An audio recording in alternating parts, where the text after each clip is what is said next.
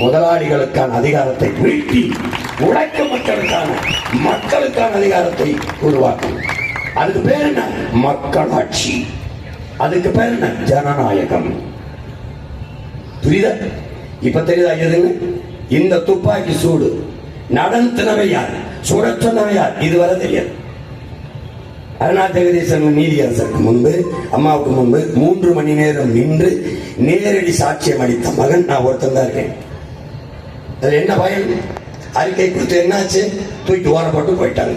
அந்த துப்பாக்கி சூட்டில் ஈடுபட்ட அதிகாரிக்கு பணி உயர்வு, பணியிட மாற்றம். அதிலே பாதுகாப்பு படையிலே அதே அதிகாரிக்கு அதே தூத்துக்குடியிலே பணி நியமனம் செஞ்சது இந்த திமுக அரசு.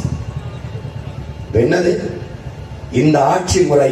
சர்வாதிகாரம் அல்ல என்னுடன் வருந்தவனே, கொடுங்கோன்மை.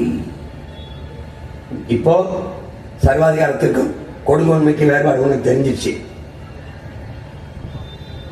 அது தூத்துக்குடி துப்பாக்கி சூடு தான்.